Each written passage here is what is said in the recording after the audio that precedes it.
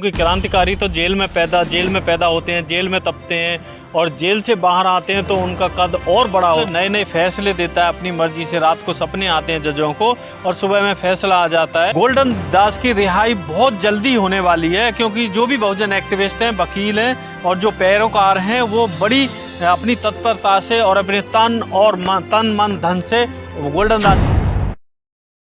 मुजफ्फरपुर में जब से घटना हुई है, गोल्डन दास जेल में है। पुलिस से लेकर के तमाम लोग माफ़ीनामे भी आ चुके हैं और उन्हें बाहर आने की अभी कोई दिन दिखाई नहीं दे रहा है। इतना जल्दी बाहर आने की कोई जल्दी क्यों है आपको? क्योंकि क्रांतिकारी तो जेल में पैदा होते हैं, जेल में तपते हैं और जेल से बाहर आते हैं तो उनका कद और बड़ा होता है।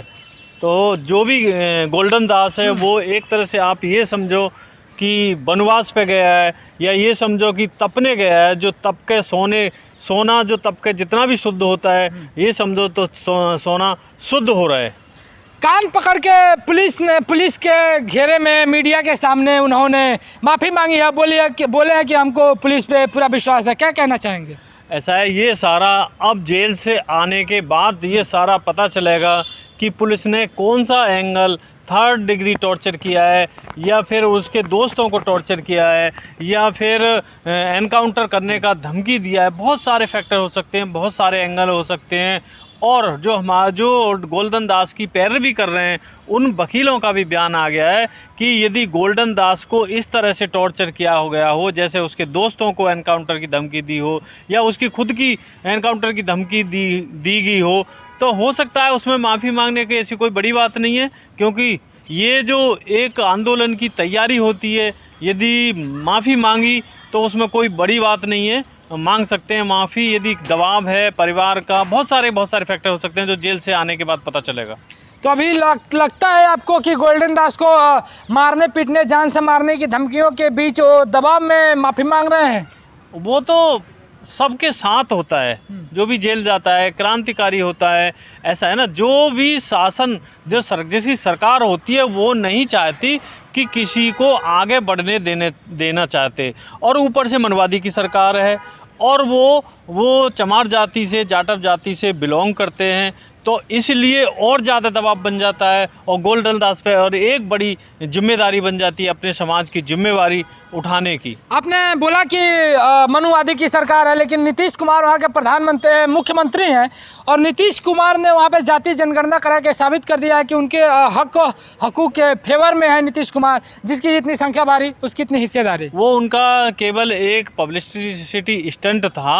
वो बीजेपी पे दबाव बना रहे थे जाति जनगणना करा के। जैसे ही जाति जनगणना कंप्लीट हुई और तुरंत वो बीजेपी में चले गए, और उधर कोर्ट जो एक एंटरटेनमेंट का सेंटर बना हुआ है आजकल, नए नए फैसले देता है अपनी मर्जी से। रात को सपने आते हैं जजों को और सुबह में फैसला आ जाता है। तो ठीक इसी तरह से बिहार की सरकार ने ये सिर्फ बीजेपी की सरकार पर दबाव बनाने के लिए ये जाति जनगणना का खेल खेला था। नहीं तो वो जाति जनगणना कराई थी तो फिर बीजेपी में नहीं जाते और उसको धरातल पर उतारने की कोशिश करते। क्रांतिकारी जेलों में रहते हैं, आपने पहले स्टेटमेंट में बोला है। तो क्या एक क्रांतिकारी सिर्फ बहुजनों के लिए, SC ST OBC और माइनॉरिटी के युवाओं के लिए लागू होता है या अन्य किसी के लिए लागू होता है? थोड़ा सा मैं इसमें जोड़ना चाहूँगा दिल्ली का एंगल। शर्जील इमाम, उमर खालिद सैफी, गुलफिसा फातिमा, गोल्डन दास, चंद्रशेखर आज़ाद, कितने नाम हैं जो जेलों में अभी भी हैं। हालांकि चंद्रशेखर आज़ाद बाहर आ गए, मेंबर ऑफ पार्लियामेंट बन गए। तो लेकिन क्या है, ये बहुजनों के लिए ही होता है या अन्य किसी के लिए भी है? SC ST OBC माइनॉरिटी की आपने जो बात कही ना, SC ST OBC और माइनॉरिटी ने इस देश को बनाने के लिए संघर्ष किया है। ये कमेरा लोग हैं। और जो मनुवादी की बात है, जो मलाई खाने वाले लोग हैं, वो सिर्फ किए कराए पे मलाई खाने का काम करते हैं। उन्हें आंदोलन से कोई मतलब नहीं, वो सिर्फ आपस में लड़ाते हैं। अभी आपने देखा होगा वर्गीकरण का फैसला आया, अभी आप देखना रोहिणी कमीशन की रिपोर्ट आएगी। मैं पहले ही बता दे रहा हूँ आपको, अभी रोहिणी कमीशन की रिपोर्ट आएगी, उसमें ये बंटवारा करेंगे और आपस में बहुजनों को ही आपस में लड़ाने का, मनुवादियों का, RSS का, बीजेपी का आपस में लड़ाने का एक बहुत बड़ा प्लान तैयार किया जा रहा है। गोल्डन दास जिस समाज से आते हैं, आपने बोला कमेरा वर्ग है, एक कमेरा वर्ग मलाई कब खाएगा? गोल्डन दास, चंद्रशेखर आज़ाद ये बहुजन लीडर है, ये मलाई कब खाएंगे? ये मलाई जब हमेशा- खाएंगे हाँ। जब इन लोगों में से जो दलाल टाइप के लोग हैं, जो गुलाम टाइप के लोग हैं, जो मनवादी पार्टियों में अपना शेयर खाए बैठे हैं और अपने बहुजन जो बहन भाई हैं वो भूखे हैं, वो जब तक उनको अकल नहीं आएगी। चिराग पासवान वैसे नहीं है। चिराग पासवान मांझी जी के बारे में ऐसे मत बोलिए। गोल्डन दास की वो फिक्र करते होंगे, नहीं करते होंगे, लेकिन वो चिराग पासवान हो चाहे मांझी हो चाहे मतलब कोई भी मेरे पे नाम मत दिलवाओ, आपको सब पता है बहुजन नेता जो भी SC ST OBC माइनॉरिटी के जो मनवादी पार्टियों में, अब वो चाहे कांग्रेस लगा लो चाहे BJP लगा लो, अब एक RSS ने एक दोबारा एक और मतलब कोकुरमुत्ता खड़ा कर दिया है आम आदमी पार्टी। तो सिर्फ ये मनवादी ये चाहते हैं कि हमारी जो पार्टी हैं उन्हीं के बारे में चर्चा हो, ना तो SC ST OBC माइनॉरिटी की पार्टी के बारे में चर्चा हो, ना इन लोगों के बारे में चर्चा हो, और इनकी कमाई हम खाते रहें। तो आपको लगता है कि ये कमेरा वर्ग अभी इतनी जल्दी मलाई खाने वाला नहीं बन पाएगा? मलाई खाने का मतलब मैं बता दूं कि दूध से मलाई निकाल के खाने का नहीं है।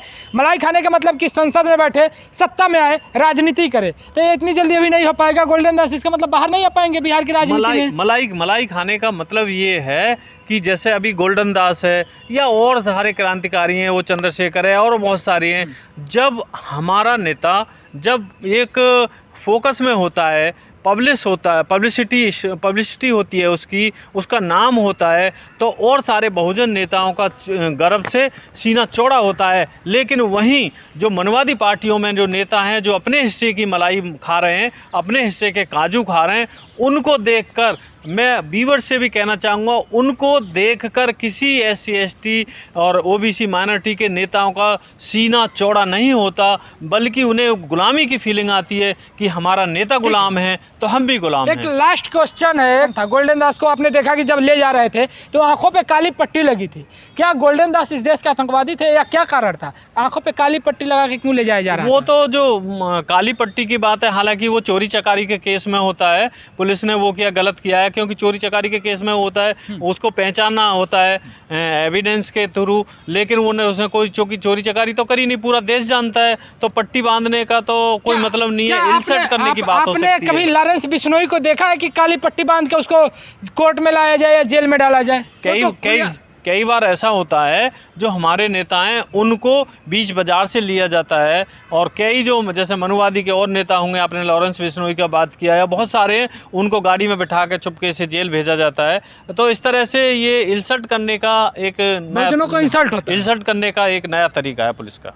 ठीक है, तो कब तक गोल्डन दास की रिहाई कब तक हो सकती है? गोल्डन दास की रिहाई बहुत जल्दी होने वाली है, क्योंकि जो भी बहुजन एक्टिविस्ट हैं, वकील हैं और जो पैरोकार हैं, वो बड़ी अपनी तत्परता से और अपने तन मन धन से गोल्डन दास की रिहाई के चक्कर में लगे हुए हैं।